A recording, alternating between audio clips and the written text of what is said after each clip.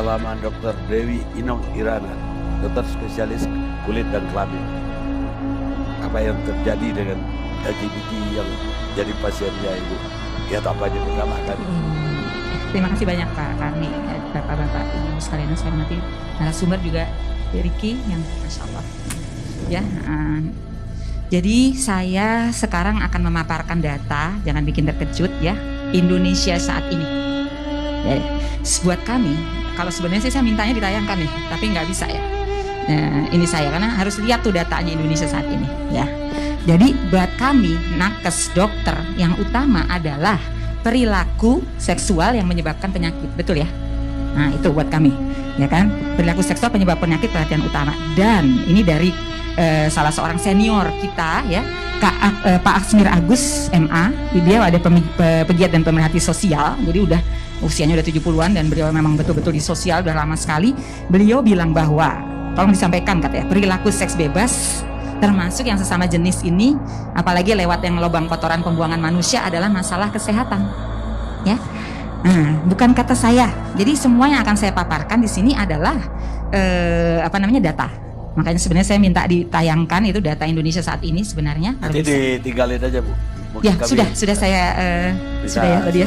Nah, ya sudah saya. Jadi nanti barangkali bisa dilihat ya bahwa akibat dari perbuatan ini 16 macam penyakit, bukan punya HIV ya.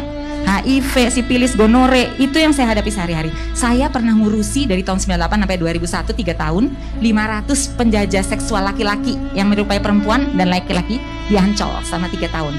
Itu mengerikan sekali penyakit-penyakitnya. Pelanggannya banyak bapak-bapak yang punya istri dan anak, atau pemuda yang belum menikah.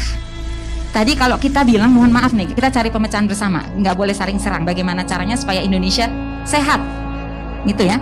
Itu justru yang suka sama suka itu yang lebih banyak dibanding dengan kejahatan seksual. Jadi angka yang ada nanti saya presentasikan ini sebenarnya adalah yang iceberg, puncak gunung es. Sementara yang api dalam sekam, lah ngeri sekali. Saya pernah ngurusin mereka 500 orang, itu penjajah. Sampai saat ini saya juga masih mengurusi mereka yang suka sama suka.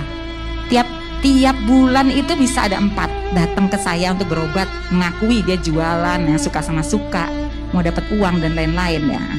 Sama satu lagi tadi Ustadz ya, bahwa ternyata ini ada penelitian terbaru 2019 dari MIT, nggak main-main ya. 500.000 orang diperiksa gen, nggak main-main ya. Ini silakan buka ya. Bahwa tidak ada gen LGBT.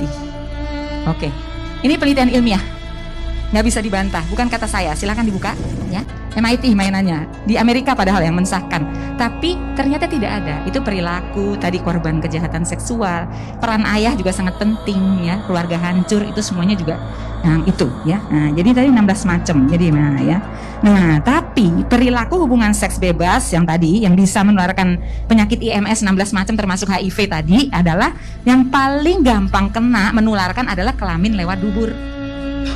Itu bukan kata saya. Silakan dibuka. Dari situs CDC, Kemenkesnya Amerika. Saya setiap tahun pergi, saya anggota American Academy of Dermatology, selain anggota ID dan Perdoski ya, saya selalu ke sana. Itu yang terakhir selalu dibilang bahwa silakan buka aja, ada kok di CDC, buka aja di Google ya. Bagaimana HIV menular? Nomor 1, anal sex is the highest risk sexual behavior. Penularan paling gampang itu lewat dubur. Dan ini terbukti dari data yang akan sebenarnya saya tampilkan di Indonesia saat ini. Tapi sebenarnya perilaku seksual sesama jenis lewat dubur itu menimbulkan penyakit-penyakit baru yang belum ada obatnya karena tidak sesuai atau menyimpang fitrah. Nah, saya diundang gereja Katolik, diundang oleh, kemarin saya baru pulang dari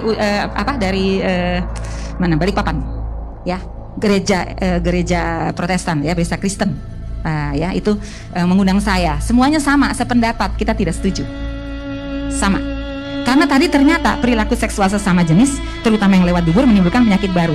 HIV AIDS itu tahun 81 mulainya dari mana? LSL, lelaki yang hubungan seks dengan lelaki. Kita sebenarnya sekarang LSL ya kan? Lelaki seks lelaki yang lewat dubur. Tahun 81 itu mulai dari situ ya. LSL. Iya LSL. Iya, lelaki seks lelaki ya. Kalau di Amerika namanya MSM, Men Who Having Sex with Men, MSM. Kalau kita Indonesia LSL ya. Kemudian sarkoma Kaposi generasi baru. Saya ikut waktu itu San Diego tahun 2016. Itu kok ada penyakit baru, ngerikan sekali loh. Nggak ada obatnya ya. Mulainya di Amerika juga yang perilaku LSL lewat dubur. Udah ada di Indonesia. Saya udah dapat pasiennya. Dan kemarin saya waktu ke Balikpapan ke sana ya. Itu ke Kalimantan itu juga dokter spesialis kulitnya di sana bilang saya kasusnya ada nih beberapa udah meninggal, nggak ada obatnya. Itu LSL ya, yang lewat dubur. 3, yang baru cacar monyet. Tuh sekarang dimulainya dari itu. Jadi ini penyakit memang karena itu nggak sesuai dengan fitrah manusia. Setuju kan semuanya? Yang kita takut adalah penyakitnya nih, ya kan? Nah, ini tinggi sekali ya sekarang di Indonesia yang terbaru ya. Mulai 2020 ini data Kemenkes ya dari seluruh provinsi di Indonesia ya. Itu faktor resiko HIV tertinggi saat ini mulai 2020 dari LSL yang lewat dubur. Baik di LSL maupun yang waria ya. Itu sekarang tertinggi 21,4% mulai 2020. Ya kan? Terus narkoba sekarang cuma 6, waktu itu 2020 0,6%. Mesti dilihat lagi sekarang juga. Di Indonesia laki-laki kena AIDS 2 kali lipat perempuan. Jangan salah loh. Ngeri banget. Saya diundang ke berbagai daerah ya. Ada satu daerah yang laki-lakinya 5 kali lipat perempuan karena banyaknya perilaku tadi LSL. Apalagi ini yang baru udah ngelapor, udah ada gejala lah. Kalau yang tadi suka sama suka, nggak ada pencegahannya, gimana caranya, nggak dilarang. Itu bagaimana Indonesia 10 tahun lagi? Ya. Tapi setahu